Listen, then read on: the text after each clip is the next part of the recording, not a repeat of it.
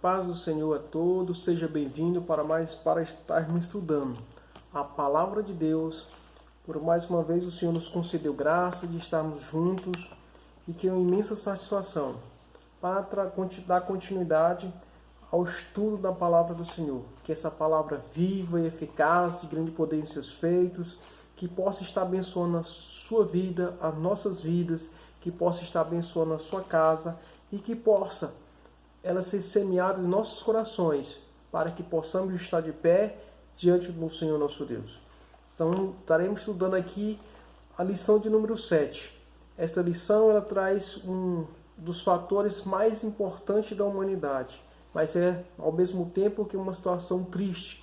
Trata da maior catástrofe que já aconteceu com o homem. Trata da coisa mais terrível que aconteceu com o homem. Você sabe o que é isso? Não? Venham para conosco que vamos estudar. Trata-se da queda do ser humano. Mas o que é isso, a queda do ser humano? A queda do ser humano, ela se trata o seguinte, que o homem, ele perdeu o patamar de comunhão que ele tinha com o seu Criador. O estado que ele tinha. Ele tinha acesso ao Senhor, ele conversava com Deus frente a frente. E exatamente isso o homem perdeu, e aí estamos estudando aqui o que trata da queda do ser humano. Aqui vamos estudar a circunstância do livre-arbítrio. Vamos estudar o livre-arbítrio do ser humano. Em seguida vamos ver a queda em si e a rebelião e as consequências da rebelião que Adão cometeu lá no Éden. Partiremos então, vamos ver o que nos diz o texto base dessa lição, que trata da questão da doutrina da queda.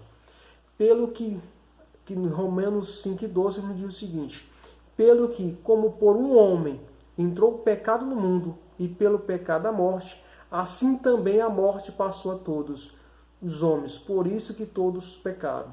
Ou seja, todo mundo herdou a morte, e todos somos pecadores em consequência do pai, nosso pai Adão. Consequência deles, tornamos-se todos pecadores através dele. Mas nele todos herdamos a morte, que foi a consequência dos erros, consequência do ato cometido ali contra o Criador, contra Deus. E por isso fomos fadados à morte. A nossa verdade prática, a nossa revista traz o seguinte: ao pecar contra Deus, o homem perdeu o completo domínio sobre a criação. Tornou-se vulnerável à morte. Em Cristo, porém, temos o reino e a vida eterna. Embora o seguinte, essa catástrofe, coisa tão terrível, tão triste e tenebrosa para o ser humano, mesmo assim, porque Deus ele não fez o homem para ser destruído, não fez o homem para cair, não fez o homem para que esteja distante dos seus caminhos. Deus apresentou a solução através de seu Filho amado, Cristo Jesus, para que através dele possamos ter a vida eterna, possamos ter harmonia e comunhão com ele, que é Criador de todas as coisas.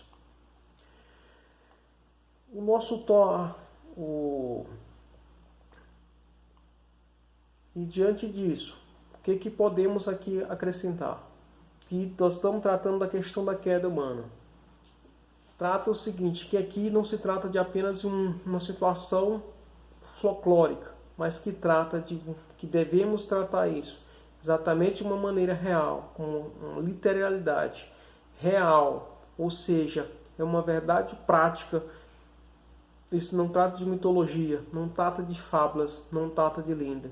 E aqui é imprescindível para o estudo da doutrina do ser humano, ou seja, a queda do ser humano. Os fatos narrados nas Escrituras Sagradas em Gênesis, nos primeiros capítulos e do 1 até o 11, trata da criação, trata da questão da queda e a dissipação do ser humano.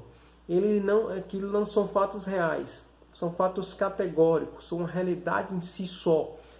Aqui não trata de mitologia, não trata de contos, não conto de fada, mas sim da palavra inspirada, palavra de Deus, palavra inspirada, palavra essa que ela é viva e transformadora. E, através desse ato do ser humano, ele foi capaz de, a partir da sua queda, traçar influenciar toda a vida da humanidade, desde Adão até nos dias atuais. Primeira temática, vamos estudar a questão do tratado do livre-arbítrio do ser humano. O que é isso, o livre-arbítrio? O livre-arbítrio em si só, ele está dizendo o seguinte, é livre para arbitrar, livre para decidir. Isso aí é o seguinte, ele não veio de nós, mas foi o dom que Deus, o nosso Criador, nos concedeu para que sejamos independentes de escolher o bem e escolher o mal. E saber decidir e discernir o que queremos, decidir o que vamos fazer, o que queremos. E quando se trata de concernente à salvação, Deus, ele não traça, ele não controla esse livre-arbítrio da pessoa.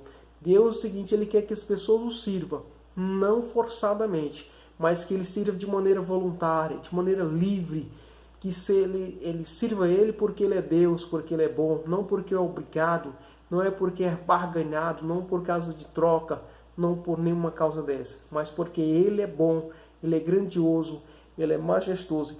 E as Escrituras Sagradas, ela a todo tempo, ela demonstram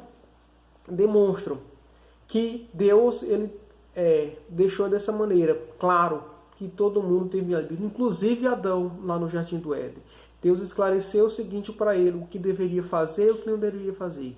Ele lá, mesmo Adão, era livre para obedecer a Deus e para não obedecer.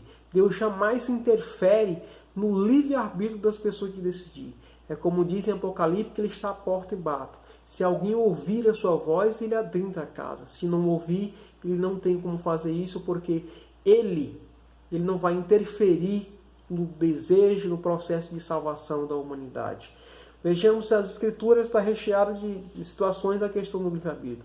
Em Deuteronômio 28:1 nos diz o seguinte: se vocês obedecerem fielmente ao Senhor, ao seu Deus, e seguirem cuidadosamente todos os seus mandamentos que hoje lhes dou, o Senhor, o seu Deus, os colocará muito acima de todas as nações.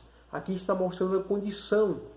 Se fizesse como o Senhor determinou, se fizesse como as orientações que o Senhor determinou, mas o Senhor não obrigou que assim fizesse. Ficava a cabo de cada um escolher que caminho que quer seguir. O Senhor não obriga a servir a Ele e a não servir, porque o Senhor, a sua soberania, o livre-arbítrio do ser humano, esse dom que Deus concedeu, é exatamente para que o homem possa escolher o que é bem e o que é mal.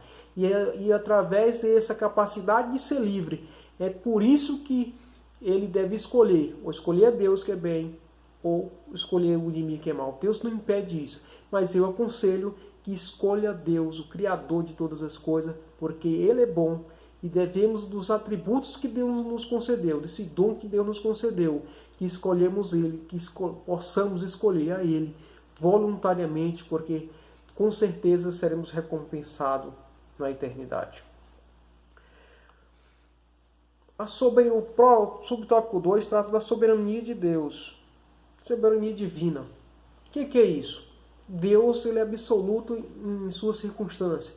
Ele é irrestrito, é inquestionável, ele possui as atribuições total, ele é soberano, a sua soberania é inigualável, ele é sobre todas as coisas. E aí, somente a soberania não se delega para ninguém, a soberania se exerce. E Deus, na sua soberania, ele exerce a sua soberania, porque somente ele, Deus, ninguém é igual ao Senhor, então somente ele pode exercer uma soberania de maneira extraordinária. E as Escrituras nos mostram o seguinte, que, por acaso, quem é o homem que lhe pode questionar o Senhor, questionar os seus feitos? Que seria o seguinte, um contrassenso, pois imagine bem o construtor de uma casa. A casa ele não vai questionar o seu Criador por que fez daquela forma ou deixou de fazer. Mas Deus, o seguinte, diferentemente do ser humano, aqui quando se fala da soberania, não quer dizer que Deus é tirano. A tirania é quando um gestor, um governante, ele realmente reina absolutamente para atender os seus próprios caprichos, os seus desígnios. O Senhor, nosso Criador, ele é diferenciado, por quê? Porque ele age com amor, com sabedoria e com justiça. E todas as coisas ele faz para o bem. E aí vale ressaltar que o Senhor, na sua perfeição, na sua grandeza, ele faz as coisas de maneira fiel, de maneira correta, de maneira justa, porque esse é o caráter do Senhor. Ele age dessa forma, ele é diferente do caráter do homem. Não é um caráter egoísta, não, mas o caráter de Deus é um caráter de amor, de justiça, de justo. E a sua soberania, ela não deve ser questionada, mas a sua soberania, ela deve ser aceita. Que embora, para nós, em determinado momento, não sabemos o porquê, não conseguimos entender e compreender, mas se faz necessário que o que Deus escolhe, que Ele exerce, é o melhor caminho. Vamos aqui para o tópico de número 2, a responsabilidade humana. Entre a soberania de Deus e o livre-arbítrio, existe a responsabilidade humana. Com o livre-arbítrio, é o seguinte, você tem a capacidade de decidir o que fazer. Se vai escolher servir a Deus ou servir o bem ou se for o mal. Escolher o bem ou o mal. De servir a Deus ou não servir a Deus. De desprezar Jesus ou não desprezar Jesus. Esse é o livre-arbítrio. É o direito, é o dom que Deus concedeu para que você assim o faça, assim escolha. Mas, diante disso, nos diz as Escrituras que tem as responsabilidades. Porque Deus há de trazer juízo a cada um de nós, a cada um. E cada um vai te prestar conta de tudo aquilo que praticou. E vai chegar o seguinte, diante do juízo de Deus. E o juízo de Deus não é uma fantasia, onde todos vão de prestar conta perante o Senhor. Nos diz a Escritura que todo joelho se dobrarão na presença do Senhor e toda língua confessará que Jesus é Senhor para a honra e glória de Deus Pai. Ou seja, diante do soberano. E todos terão de prestar conta, cabalmente todos terão de prestar conta. As nossas atitudes que exatamente nós somos livres para escolher aquilo que quisermos. Se compararmos com um agricultor, ele lá na sua lavoura, ele é livre para escolher plantar milho ou plantar arroz. Mas ao momento que ele escolheu plantar milho, ele só vai colher milho, ele não vai colher arroz, não vai colher qualquer outro tipo de grão, qualquer outra coisa, ele vai colher aquele que plantou. Da mesma forma, aqui no livre-arbítrio, devemos exercer ele de maneira sábia, com sabedoria, porque as nossas escolhas ela interferem naquilo que seremos responsabilizados. Isso por quê? Porque aquilo que plantamos, colhemos. Já falei algumas vezes que o ser humano ele é senhor das suas ações, senhor das suas decisões, mas é escravo das suas consequências. Portanto, que saibamos escolher de maneira correta, de maneira justa, porque de todas essas coisas, Deus ele trará juízo um dia. Portanto, que façamos a melhor escolha, as melhores escolhas.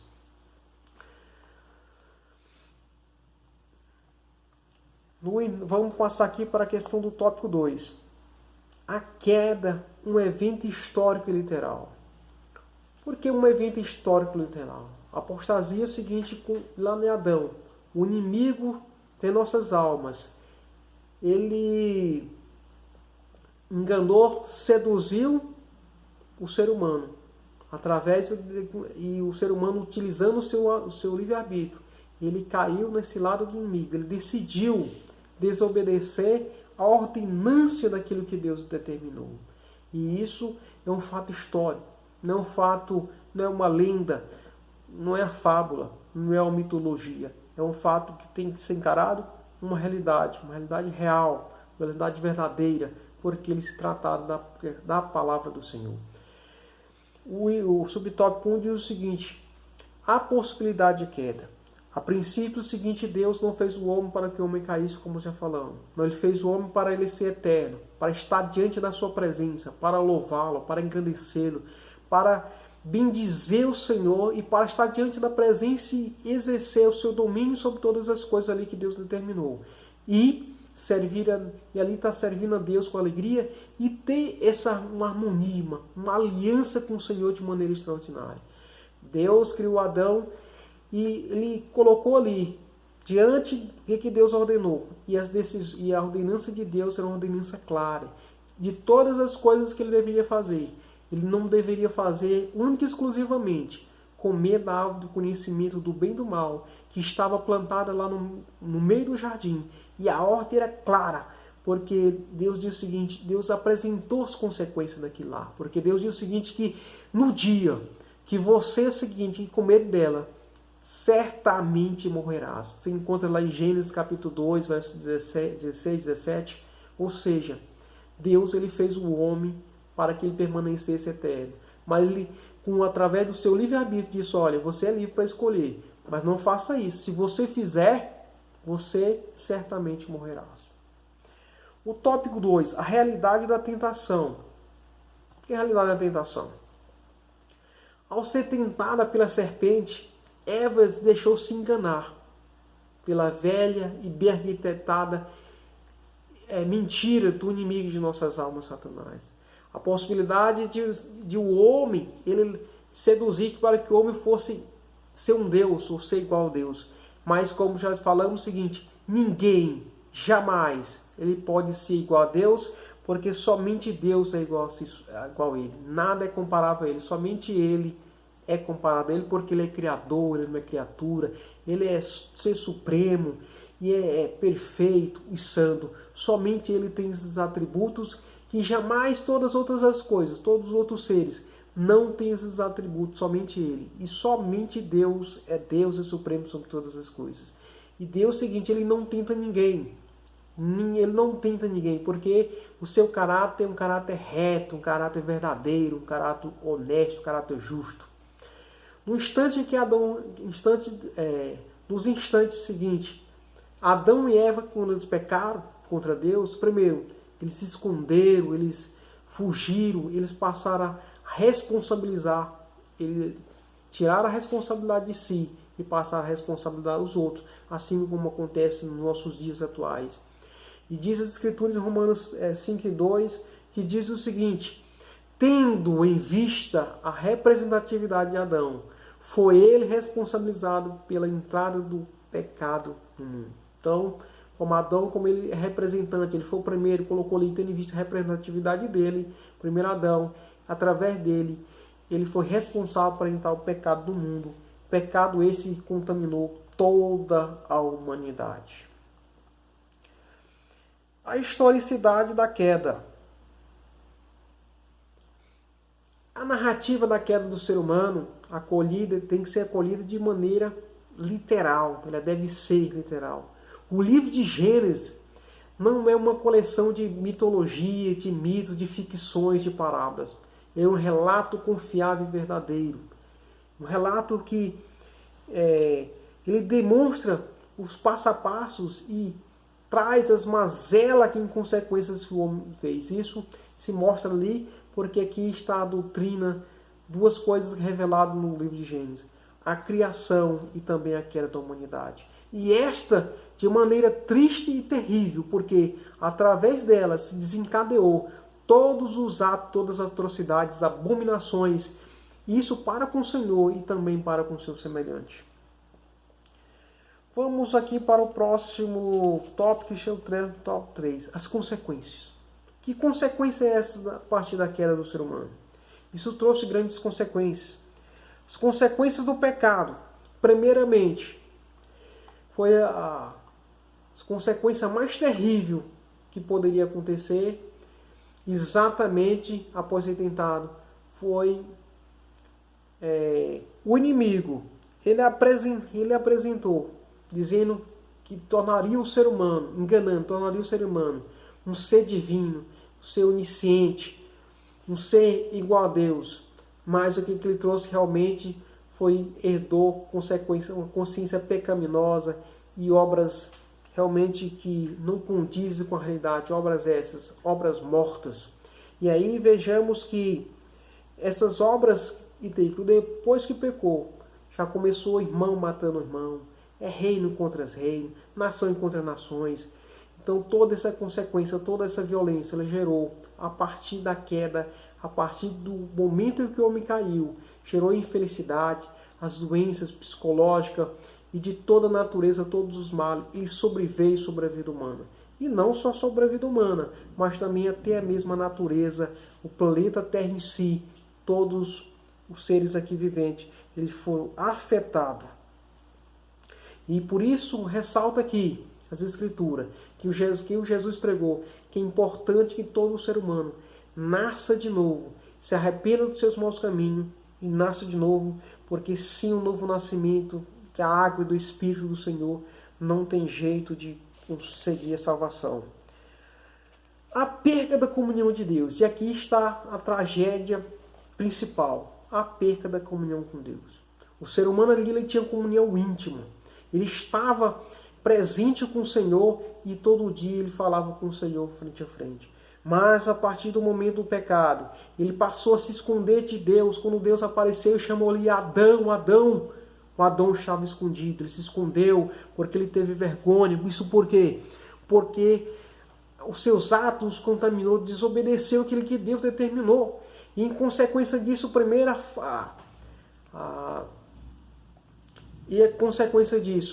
exatamente a perda da comunhão de Deus. Ele foi expulso do jardim. Então houve ali a morte espiritual. Eles foram expulsos. Mas mesmo assim sendo expulsos, Deus ainda teve comunhão do ser humano. Mesmo ter ofendido, ele traçou um plano de salvação. Porque o seu amor é infinito, a sua bondade é incalculável. Essa separação de Deus, a perda da comunhão de Deus, desde a queda, nos trata lá em Hebreus capítulo 11, 2, desde a queda do ser humano, para reatar a comunhão com Deus, o nosso Criador, tem que se aproximar dele pela fé. Isso por quê? Porque a partir do momento que o homem ele perder essa comunhão, ele não conversa com Deus mais face a face, presente. E é necessário que ele tenha fé e tenha esperança, a fé em Cristo, a fé vivificadora de um Redentor que Deus prometeu ainda no Éden, o plano de salvação, de resgate para o ser humano através de Cristo Jesus, o nosso Redentor. O subtópico 3 ele diz a transmissão do pecado à espécie humana. A transmissão do pecado. Como os romanos dizem que porque todos pecaram e destituídos estão na glória de Deus. Aquilo que chamamos de pecado original da humanidade contaminou universalmente toda a humanidade. Como já dissemos o seguinte, que Adão, como representante de todo, através dele o pecado entrou no mundo.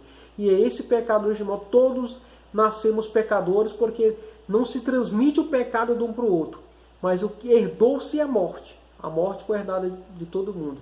Ou seja, mas todos nós nascemos pecadores. Como diz lá, todos nós nascemos pecadores. Apesar de não herdarmos pecados, mas nascemos pecadores. Aqui, outra coisa vale ressaltar que até mesmo as criancinhas inocentes, como as que foram destruídas lá por Herodes, aquelas crianças, seguinte, embora ela não tenha cometido pecado, mas ela nasce ela nasce impregnada do pecado, porque nasceu exatamente de Adão. Embora ela não tenha cometido pecado, elas morrem, porque todos herdemos a morte em consequência do pecado que Adão praticou. Aí o subtópico 4 diz o seguinte, a enfermidade da terra.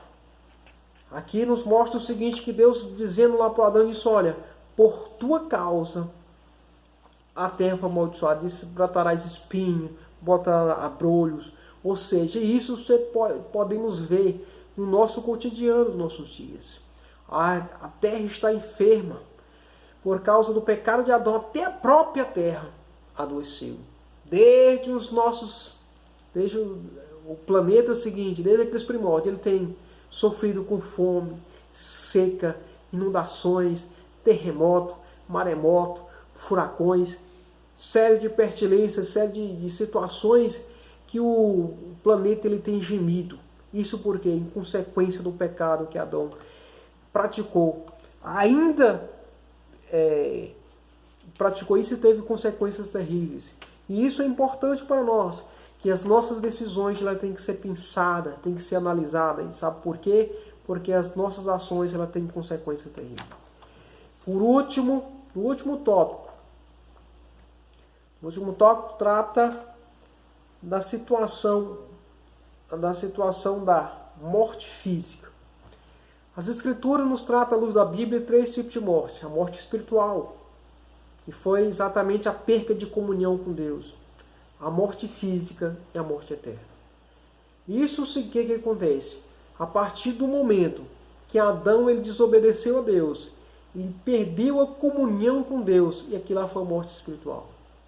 Mas, em consequência disso, ele ia padecer também da morte física, porque por causa da desobediência, da ordenança que Deus deu para ele, e ele desobedeceu. Então ele ia padecer a consequência daquilo ali, a penalidade era exatamente a morte física. E o que sucedeu sobre isso? A morte é a mais triste consequência do pecado. É o que nos diz Romanos 6:23. Mas aí é o seguinte, a morte, o que é mais terrível?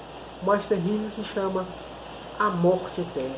O ser humano, enquanto estiver vivo, mesmo se ele estiver distante do Senhor, ele tem como se aproximar de Deus, voltar para o Senhor, porque o nosso Criador ele nos diz que ele está à porta e bate. Jesus disse: eu sou o caminho, a verdade e a vida, e ninguém vem ao Pai a não ser por mim. Ali também podemos aqui ressaltar que enquanto vivermos aqui e a palavra do Senhor for anunciada, ainda tem jeito para que a pessoa se aproxime do Senhor. Mas a partir do momento que ele parte, que ele morre, que vem a morte física, se ele estiver preparado, ele subirá para o Senhor. E se não tiver, ali gera-se a morte eterna. E essa morte é coisa pior e mais terrível que qualquer pessoa pode experimentar, que é a separação eterna entre ele e Deus. E essa separação é chamada de segunda morte, a morte eterna. As Escrituras comparam essa morte que é um lugar onde o fogo nunca se apaga e o verme nunca morre. Compara dessa maneira. E aqui não serve de alerta. Exatamente o seguinte, porque Deus nos concedeu o livre-arbítrio, mas nos concedeu e que esse livre-arbítrio devemos exercer ele com sabedoria, exercer ele com inteligência e fazer as melhores decisões. Deus não obriga que escolhemos servir a Ele ou que deixamos de escolher. Mas as nossas decisões ela têm consequências terríveis. Deus é soberano e a sua soberania é exercida. Não cabe a nós questioná-lo, mas cabe cumprir os seus desígnios, assim como o vaso. O barro é trabalhado na mão do oleiro para transformar coisa melhor, em um instrumento melhor. E as consequências aqui que vemos, a consequência do pecado, da desobediência ao Senhor, é consequências terríveis. E essa consequência da queda, ela é o pior fato que pode ocorrer. Mas, através de Jesus, o Senhor ele mandou a salvação. Através dele é que podemos sim ter a certeza de salvação. E a morte jamais nos alcançará. Porque ainda que morremos aqui, porque ele comeu o caminho, a verdade e a vida, ainda que morremos, ressuscitaremos. Porque Jesus diz o seguinte: a morte não terá efeito, porque ele é a ressurreição e a vida. Disse: eu sou o caminho, a verdade e a vida, e ainda que morra, viverá. Porque aqueles que estiver nele, ainda que morra, viverá. Que Deus ele possa nos abençoando nossas vidas, que possa, através da sua palavra, transformar a sua vida, mudar o seu itinerário, mudar a sua sorte, e de maneira muito especial, que até a próxima aula, que Deus assim abençoe a sua vida, a sua casa, a sua família, que você possa refletir na palavra do Senhor, refletir que Jesus é o caminho, e somente através dele que seguimos a salvação. É no nome de Jesus e até o próximo encontro, a próxima aula. Amém!